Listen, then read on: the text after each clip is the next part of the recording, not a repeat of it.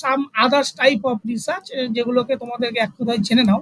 সেটা হচ্ছে one time research. One time research আমরা কাকে বলবো? যে রিসার্চ শুধুমাত্র একবারই করা যাবে, দ্বিতীয়বার কিন্তু সেই ধরনের রিসার্চ করা যায় না।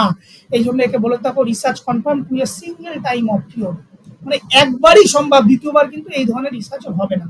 তোমাদের একটা এক্সাম্পল, যেমন এই যে পপুলেশন কন্ট্রোল বা পপুলেশন যখন কাউন্ট হয়, গোটা 10 বছর অন্তর যখন সেন্সাস হয়, যখন বাড়ি বাড়ি সার্ভে করে যখন রিসার্চটা করা হয়, সেই রিসার্চটা হয়ে যাওয়ার পরে কিন্তু দ্বিতীয়বার কিন্তু সেম রিসার্চ কিন্তু হবে না, বলে কিন্তু রেজাল্ট পাল্টে যাবে। তাহলে বা তোমার হাইট যদি একবার মেজার করা হয়, 1 মাস পরে কি তোমার হাইটটা যদি মেজার করি একই থাকবে? নিশ্চয় থাকবে না। তাহলে সিঙ্গেল টাইম অফ পিরিয়ড একবারই যে ধরনের রিসার্চ করা যায় তাদেরকে আমরা কি বলবো? One time research. যখন দেখো যে পপুলেশন রিসার্চ, সেন্সাস থেকে যে পপুলেশন জনসংখ্যার যে রিসার্চ প্রতি 10 বছর অন্তর অন্তর হয়, সেই ধরনের রিসার্চ কিন্তু ওয়ান টাইম রিসার্চ করা হয়। আবার লংগিটিউডিনাল রিসার্চ কি বলেছে?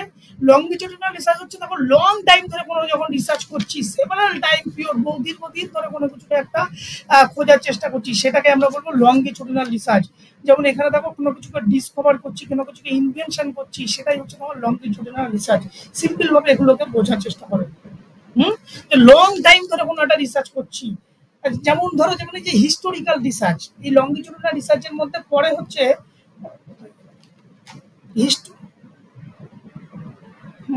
হিস্টোরিক্যাল রিসার্চ কি? দেখো হিস্টোরিক্যাল রিসার্চ কোনো একটা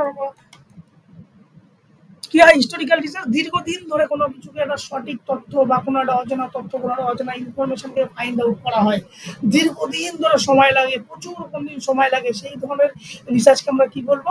লংগিটিউডিনাল রিসার্চ। তাহলে লংগিটিউডিনাল রিসার্চকে কিন্তু আমরা হিস্টোরিক্যাল রিসার্চ, অনেক সময় কিন্তু এরকম এমসিকিউ প্রশ্ন আসতে পারে। আবার ক্রস সেকশনাল রিসার্চ আমরা কাকে বলবো? যে রিসার্চগুলো একদম শর্ট টাইম পিরিয়ডের মধ্যে হয়ে থাকে, একদম অল্প সময়ের মধ্যে হয়ে থাকে। যেমন ধরো এই যে মূলত ডিসাইডেশন, বিভিন্ন প্রজেক্ট, অনেক সময় পিএইচডি থিসিসকে আমরা কিন্তু শর্ট টাইম পিরিয়ড বলি। কেন?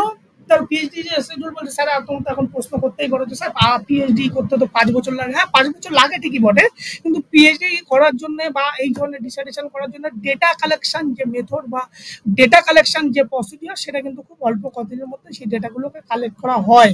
এই জন্য এই ধরনের রিসার্চকে আমরা ক্রস সেকশনাল রিসার্চ বলি, যে স্বল্প সময়ের মধ্যে রিসার্চগুলোকে করা হচ্ছে।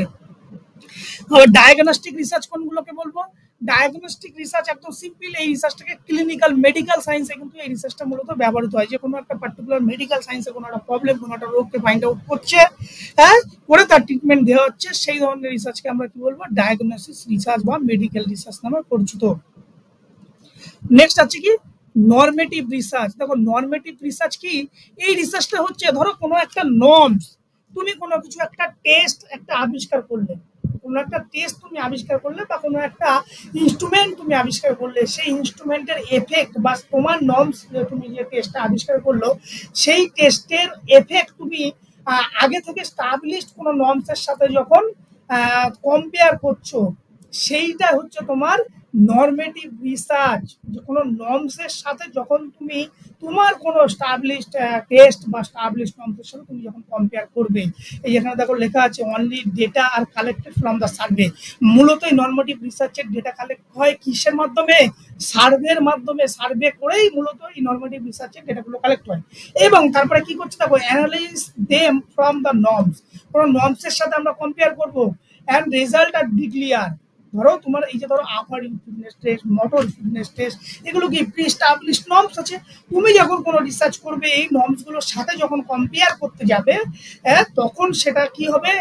নরমেটিভ রিসার্চ। ঠিক আছে, এখানে বলেছে নো নিড টু ম্যানিপুলেশন এখানে করা যাবে না। ম্যানিপুলেশন কোন রিসার্চের মাধ্যমে করা যায়? একমাত্র ডিপেন্ডেন্ট এই এক্সপেরিমেন্টাল রিসার্চেই করা যায়। এখানে দেখো একটা এক্সাম্পল বলেছি, দেখো modification of different physical ability test. তুমি কোনো একটা মডিফিকেশন করছো, ডিফারেন্ট ফিজিক্যাল এবিলিটি টেস্টকে মডিফিকেশন করছো, করে তুমি সেই স্টাবলিশ কোনো নর্মসের সাথে কম্পেয়ার করছো, সেইটা হচ্ছে কি? নরমেটিভ রিসার্চ।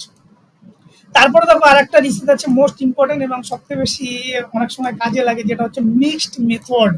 মিক্সড মেথড কোনগুলো বলবো? আমরা জানি মূলত রিসার্চের ডেটা কালেকশনের উপর ভিত্তি করে রিসার্চকে আমরা ভাগ করি দুভাগে। কি কি? Qualitative and quantitative. তাহলে এই কোয়ালিটেটিভ এবং কোয়ান্টিটেটিভ এই দুটো রিসার্চের সংমিশ্রণ হচ্ছে এই মিক্সড মেথড।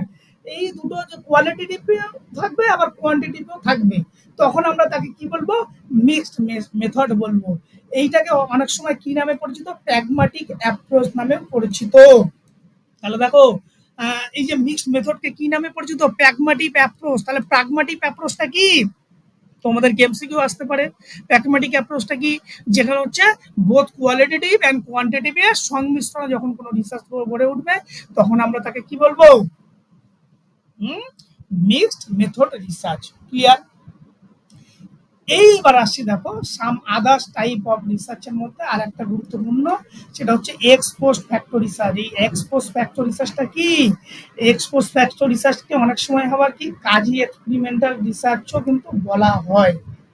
ক্লিয়ার? এই এক্স পোস্ট ফ্যাক্টর মানে কি, পোস্ট মানে কোনো কিছু এক্সপেরিমেন্ট হয়ে গেছে।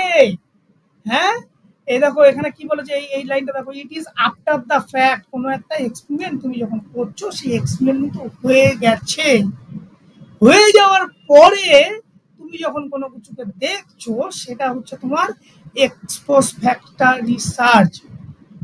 এখানে কি বলেছে, you cannot control, you just examine how an already existing independent variable effect on a dependent variable। তাহলে জাস্ট তুমি কি করছো, দেখছো কিভাবে এই ইন্ডিপেন্ডেন্ট ভেরিয়েবলের ফলে ডিপেন্ডেন্ট ভেরিয়েবলের উপর চেঞ্জ হলো।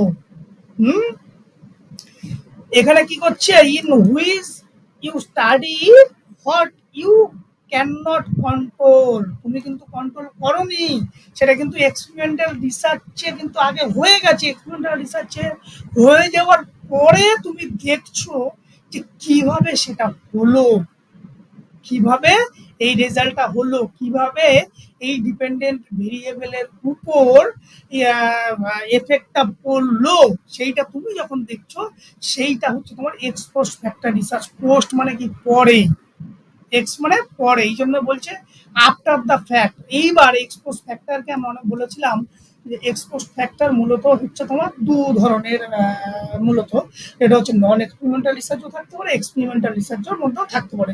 এই জন্য দেখো এই কথাটা লেখা আছে, comes under descriptive as well as experimental research study.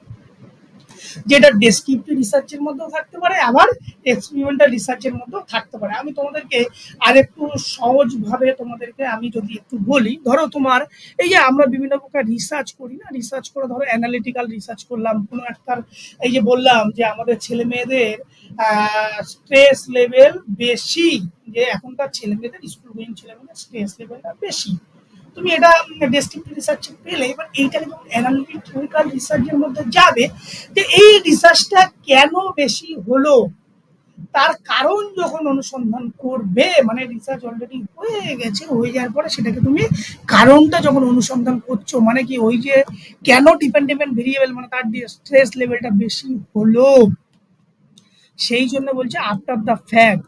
আর এখানে বলছে কি, it is not randomly selected. এখানে কিন্তু র্যান্ডমলি সাবজেক্টকে আমরা সিলেক্ট করা যাবে না, এখানে পারপাসিভলি কিন্তু সাবজেক্টকে সিলেক্ট করতে হবে এই এক্সপোজ ফ্যাক্টর রিসার্চের ক্ষেত্রে। আর there is no variable manipulation, কারণ এখানে তো ভেরিয়েবল ম্যানিপুলেশনের কোনো প্রশ্নই আসছে না, কারণ এইটা তো অলরেডি আগে থেকেই হয়ে গেছে রিসার্চ, নতুন করে তো কিছু হচ্ছে না। এখানে একটা এক্সাম্পল দেখো আর ভালো করে বুঝতে পারবে, how weight influences personality level in adult.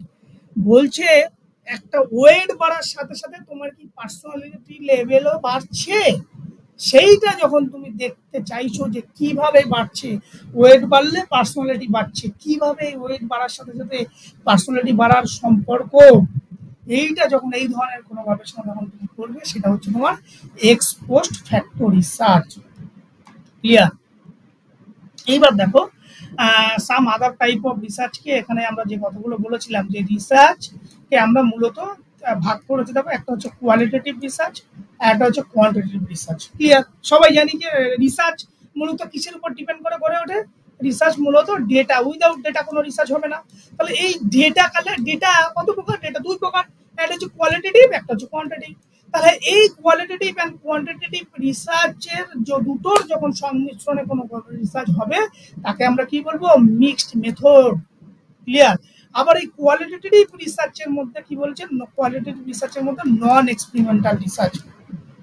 তাহলে কোয়ালিটেটিভের মধ্যে কিন্তু কোনো এক্সপেরিমেন্টাল রিসার্চ কিন্তু কখনোই হবে না। এখানে কিন্তু ভালো করে মাথার মধ্যে ঢুকিয়ে নাও, যখন কোনো কিছুর কোয়ালিটি, কোয়ালিটি কোনগুলো, যেখানে আমরা কোনো নিউমেরিক্যাল ডিজিটে প্রকাশ করতে পারবো না, সেটা হচ্ছে কোয়ালিটেটিভ রিসার্চ।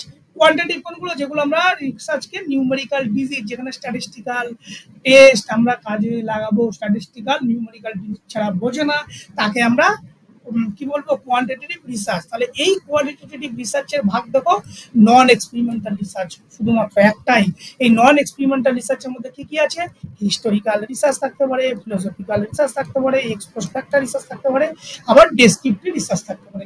এই ডেসক্রিপটিভ রিসার্চের মধ্যে আবার কি কি থাকতে পারে? Case study, naturalistic survey.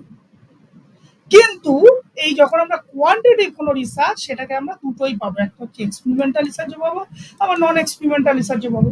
আর নন এক্সপেরিমেন্টাল রিসার্চের মধ্যে কোনগুলো, এইগুলোই চলে আসবে, হিস্টোরিক্যাল, ফিলোসফিক্যাল ইত্যাদি ইত্যাদি।